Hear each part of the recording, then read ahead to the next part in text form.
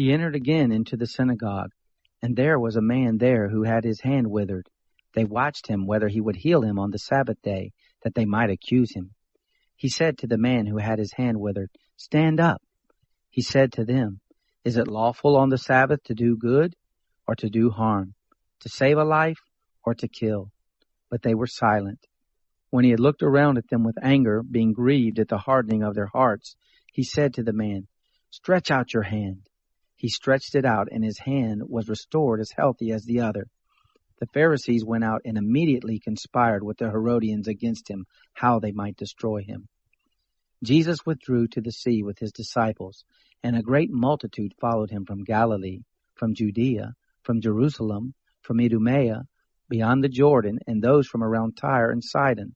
A great multitude, hearing what great things he did, came to him. He spoke to his disciples that a little boat should stay near him because of the crowd, so that they wouldn't press on him. For he had healed many, so that as many as had diseases pressed on him that they might touch him. The unclean spirits, whenever they saw him, fell down before him and cried, "You are the Son of God." He sternly warned them that they should not make him known. He went up into the mountain and called to himself those whom he wanted, and they went to him. He appointed 12, that they might be with him, and that he might send them out to preach, and to have authority to heal sicknesses and to cast out demons. Simon, to whom he gave the name Peter, James the son of Zebedee, John the brother of James, and he surnamed them Boanerges, which means sons of thunder, Andrew, Philip, Bartholomew, Matthew, Thomas, James the son of Alphaeus, Thaddeus, Simon the Zealot, and Judas Iscariot, who also betrayed him. He came into a house. The multitude came together again, so that they could not so much as eat bread. When his friends heard it, they went out to seize him, for they said, "He is insane." The scribes who came down from Jerusalem said, "He has Beelzebub, and by the prince of demons he cast out the demons." He summoned them and said to them in parables, "How can Satan cast out Satan?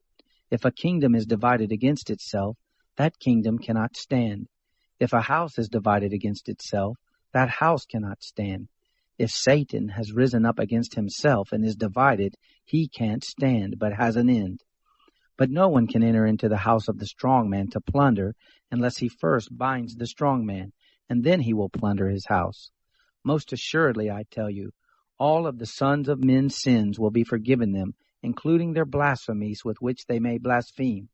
But whoever may blaspheme against the Holy Spirit never has forgiveness, but is guilty of an eternal sin, because they said, 'He has an unclean spirit.'"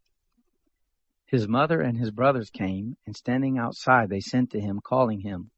A multitude was sitting around him, and they told him, "Behold, your mother, your brothers, and your sisters are outside looking for you." He answered them, "Who are my mother and my brothers?"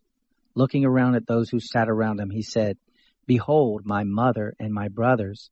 For whoever does the will of God, the same is my brother and my sister and mother."